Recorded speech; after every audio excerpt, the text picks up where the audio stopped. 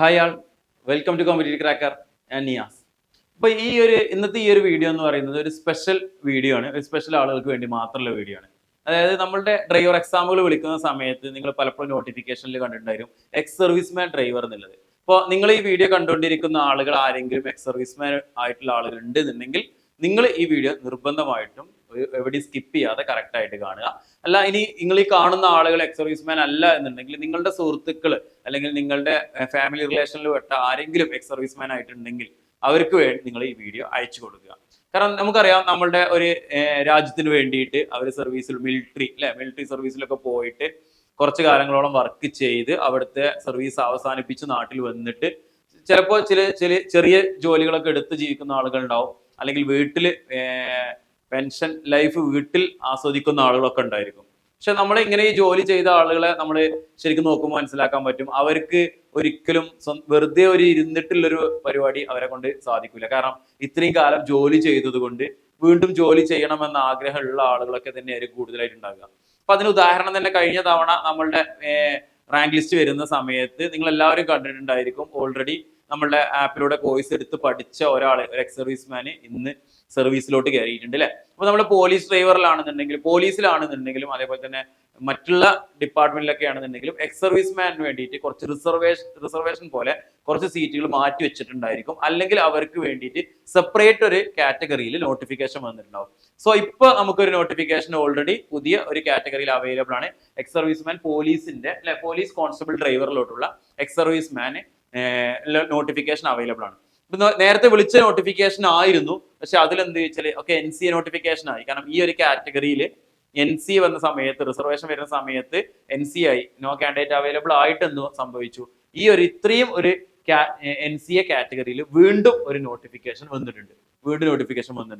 So ഇത് apply ചെയ്യേണ്ട last date എന്ന് പറഞ്ഞാൽ ഇപ്പൊ December 31 ആയിരുന്നു. എല്ലാവരും ഈ എക്സ് സർവീസ്മാനിലെ ആളുകൾ അപ്ലൈ ചെയ്തിട്ടുണ്ടാവും എന്ന് വിചാരിക്കുന്നു. അപ്ലൈ ചെയ്യാത്ത ആളുകളാണെന്നുണ്ടെങ്കിൽ ഇനിയും ഇതേപോലത്തെ നോട്ടിഫിക്കേഷൻ വരുന്നുണ്ടാവും. അപ്പൊ നിങ്ങൾ എന്തായാലും അത് അപ്ലൈ ചെയ്യുക. അപ്പൊ നമുക്കറിയാം, ഇത്രയും കാറ്റഗറി നോക്കിയാൽ 475 മുതൽ 476, 77, 78 ഇത് ഓരോ കാറ്റഗറൈസിലാണ്. SC ഉണ്ട്, ST ഉണ്ട്, വിശ്വകർമ്മ, മുസ്ലിം, ഹിന്ദു, നാടാർ, SC, ധീരവ, എല്ലാ കാറ്റഗറിയിലുള്ള ആളുകൾക്കുള്ള എന്ത് ചെയ്തിട്ടുണ്ട്, പോലീസ് കോൺസ്റ്റബിൾ ഡ്രൈവർ ആയിട്ടുള്ള ഒരു നോട്ടിഫിക്കേഷൻ വന്നിട്ടുണ്ട്. ഒരു വിധത്തിൽ മിലിറ്ററി സർവീസ് കഴിഞ്ഞ് വന്ന ആളുകളെ സംബന്ധിച്ചിടത്തോളം നല്ല ഒരു ജോബും കൂടിയാണ്. സാധാരണ ഒരു ജോബ് ചെയ്യുന്നേക്കാളും കുറച്ചൊരു നല്ല ജോബിലോട്ട് എത്താൻ കുറച്ചൊരു നല്ല സ്റ്റാൻഡേർഡ് ഉള്ള ജോബ് തന്നെ ആയിട്ട് വരാം. കാരണം വീണ്ടും ഒരു സർവീസിലോട്ട് തന്നെയാണ് അല്ലെ, വീണ്ടും ഒരു യൂണിഫോം തന്നെയാണ് അവർ ധരിക്കാൻ പോകുന്നത്. അപ്പോൾ അങ്ങനെയുള്ള ഒരു പോസ്റ്റാണ് പോലീസ് കോൺസ്റ്റബിൾ ഡ്രൈവർ എന്ന് പറയുന്നത്. ഇപ്പൊ ഈ എക്സ് സർവീസ്മാൻ ആയിട്ടുള്ള ആളുകൾ ഇത് കാണുന്നുണ്ടെങ്കിൽ അവരെന്ത് ചെയ്യുക, ഇങ്ങനെയുള്ള എക്സാമിന് വേണ്ടിയിട്ട് പ്രിപ്പയർ ചെയ്യാം. ഇങ്ങനെ എക്സാമിന് വേണ്ടി പ്രിപ്പയർ ചെയ്യുന്നത് കൊണ്ടുള്ള ഗുണങ്ങൾ ആണ് നമ്മൾ ആദ്യം തന്നെ പറയാൻ പോകുന്നത് കേട്ടോ. നമുക്ക് ദോഷങ്ങൾ എന്ന് പറഞ്ഞിട്ട് ഒന്നും പറയാനില്ല എന്ന് വേണമെങ്കിൽ പറയാം. കാരണം ഈ നോട്ടിഫിക്കേഷൻ വരുന്നു, നമ്മൾ എക്സ് സർവീസ്മാൻ ആണ് എന്നുണ്ടെങ്കിൽ നമുക്ക് ഇതിന് അപ്ലൈ ചെയ്യാം.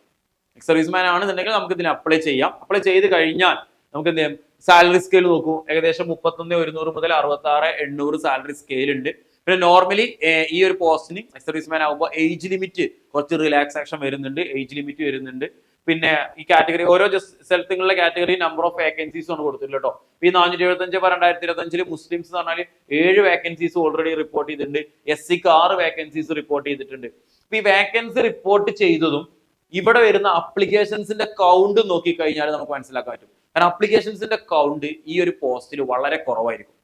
സോ ഈ വീഡിയോ കാണുന്നത് എക്സ് സർവീസ്മാൻ ആണ്, നിങ്ങളത് അപ്ലൈ ചെയ്തിട്ടുള്ള ഒരാളും കൂടി ആണെങ്കിൽ നിങ്ങൾ നിർബന്ധമായും ഇതിന് എഫേർട്ട് എടുക്കണം. പഠിക്കാൻ വേണ്ടിയിട്ട് നിങ്ങൾ എഫേർട്ട് എടുക്കണം. കാരണം നമുക്കറിയാം, നമ്മളെ മനസ്സിലുണ്ടാവുന്ന ഇപ്പൊ നമ്മൾ പഠിക്കാൻ വേണ്ടി എഫേർട്ട് ഇടണം എന്ന് പറയുമ്പോൾ നമ്മളെ മനസ്സിലുണ്ടാവുന്ന ഒരൊറ്റ ചോദ്യമാണ്, എനിക്ക് ഇത്രയും ഏജ് ആയി, അല്ലെങ്കിൽ ഞാൻ ഇത്രയും വർഷത്തെ സർവീസ് എടുത്തു, ഇനി ഞാൻ വീണ്ടും പഠിച്ചാൽ എന്നെ കൊണ്ട് സാധിക്കുമോ എന്നുണ്ടാവും. സോ അപ്ലിക്കേഷൻസിന്റെ കൗണ്ട് കുറവാണ്. വേക്കൻസീസ് ഇവിടെ ചില വേക്കൻസി ആണ്, മുസ്ലിം ആണെങ്കിലും SC ഒക്കെ ആണെന്നുണ്ടെങ്കിൽ നല്ല വേക്കൻസീസ് ഉണ്ട്, ബാക്കിയുള്ളതൊക്കെ ഉണ്ട് വേക്കൻസീസ് ഉണ്ട്. ഇനിയും ഇതേപോലുള്ള വേക്കൻസീസ് അല്ലെ വരാൻ NCA നോട്ടിഫിക്കേഷൻ ഒക്കെ ആയിട്ട് വരും. കാരണം റൊട്ടേഷൻ ചാർട്ട് വരുന്ന സമയത്ത് വരുന്നുണ്ടാവില്ല. നോർമൽ നമുക്ക് എക്സാമിൽ എഴുതാം, എക്സ് സർവീസിന്റെ ക്ലെയിം രജിസ്റ്റർ ചെയ്യാം. അതേമാതിരി അവർക്ക് റാങ്ക് ലിസ്റ്റിൽ പെട്ടെന്ന് റൊട്ടേഷൻ ചാർട്ട് പ്രകാരമൊക്കെ ആയിട്ട് ജോലി കിട്ടുന്ന ഇതിലുണ്ട്. ഈ ഒരു ഡ്രൈവർ എക്സാമിന് വേണ്ടി മാത്രമല്ല കേട്ടോ, ഏതൊരു എക്സാം ആണെന്നുണ്ടെങ്കിലും നിങ്ങൾക്ക് ഇങ്ങനത്തെ എക്സാമിന് വേണ്ടിയിട്ട് ട്രൈ ആവുന്നതാണ്. സോ അതാണ് ഒന്നുള്ളത്. പിന്നെ ഏജ് ഞാൻ നേരത്തെ പറഞ്ഞ പോലെ തന്നെ ഏജിന് റിലാക്സേഷൻ ഉണ്ട്.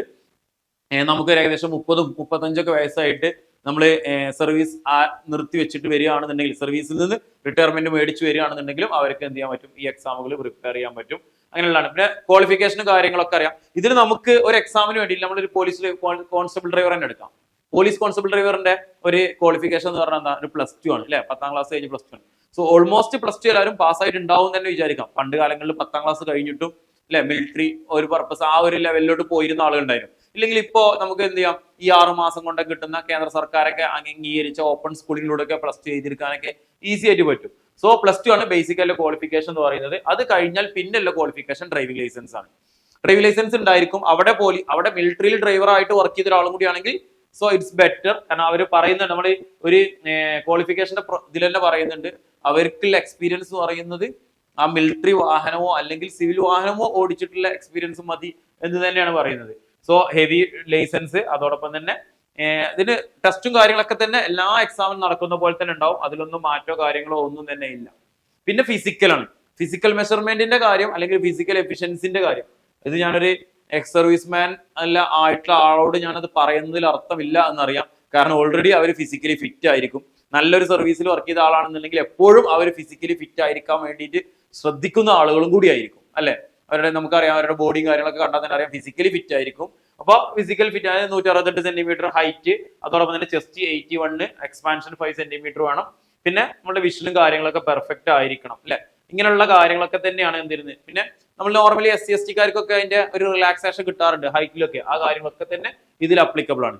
സോ ചെറിയൊരു വീഡിയോ ആണ്, കൂടുതലായിട്ടൊന്നും പറയുന്നില്ല. എക്സ് സർവീസ്മാൻ ആയിട്ടുള്ള ആളുകൾ ഉണ്ട് എന്നുണ്ടെങ്കിൽ നിങ്ങൾ ഒരു സർവീസ് കഴിഞ്ഞിരിക്കുകയാണ്, അടുത്തത് കേന്ദ്ര സർക്കാരിന്റെ സർവീസിൽ നിന്നും അല്ലെ നമുക്ക്, അല്ലെങ്കിൽ ഇനി കേരള സർക്കാരിന്റെ അടുത്തൊരു സർവീസിലോട്ട് കയറാനുള്ള ദൂരം എന്ന് പറഞ്ഞാൽ വളരെ കുറവാണ്. ഒരൊറ്റ എക്സാം മതി.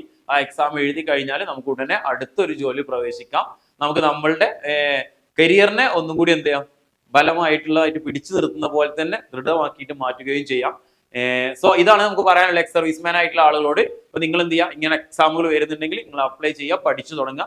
നമുക്ക് സിലബസും കാര്യങ്ങളൊക്കെ നമ്മൾ എപ്പോഴും പറയാറുണ്ട്. 30 മാർക്കിന്റെ ഒരു ഡ്രൈവിംഗിന്റെ ഭാഗവും കുറച്ച് ജനറൽ നോളജും കുറച്ച് ഹിസ്റ്ററിയും കാര്യങ്ങളൊക്കെ തന്നെ ഉണ്ട്. ഇതൊക്കെ അത് പഠിക്കേണ്ട രീതിയിൽ പഠിക്കുകയാണെന്നുണ്ടെങ്കിൽ ചെയ്യാൻ പറ്റും. കാരണം കോമ്പറ്റീഷൻസ് വളരെ കുറവാണ്. കോമ്പറ്റീഷൻസ് വളരെ കുറവായത് കൊണ്ട് തന്നെ നമുക്ക് ഈസി ആയിട്ട് പഠിച്ചിട്ട് എഴുതിയെടുക്കാൻ പറ്റുന്ന ഒരു എക്സാം തന്നെയാണ്. സോ ഇത് എക്സ് സർവീസ്മാൻ ആയിട്ടുള്ള ആളുകൾക്ക് വേണ്ടി മാത്രമുള്ള ഒരു വീഡിയോ ആയിട്ടാണ് ഈ ഒരു വീഡിയോ നിങ്ങൾ കാണേണ്ടത്. ഇതേപോലുള്ള മറ്റു വീഡിയോ ആയിട്ട് നമുക്ക് വീണ്ടും കാണാം. ഓക്കെ.